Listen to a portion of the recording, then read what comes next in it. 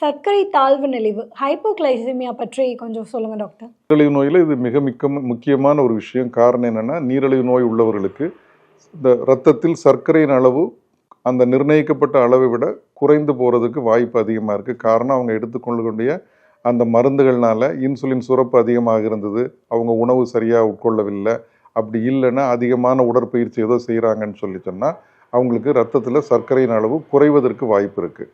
இந்த மாதிரி சர்க்கரையின் அளவு குறைவதை அவங்க முதல்ல உணர தெரிஞ்சு கொள்ளணும். அதுக்கு அவங்களுக்கு அதை பற்றி உள்ள விளக்கங்கள் நாம் கூறணும். ஏன்னா டாக்டர் அவங்களுக்கு இதை பற்றி ஒவ்வொரு முறையும் சொல்லுவாங்க.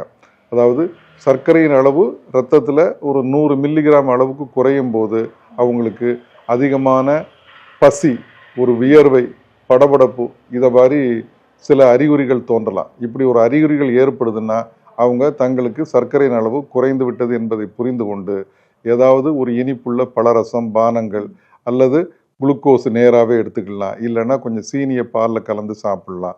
இந்த மாதிரி செய்கிறது மூலமாக இந்த ரத்தத்தில் சர்க்கரையின் அளவு குறைவதை சரி செய்ய முடியும்.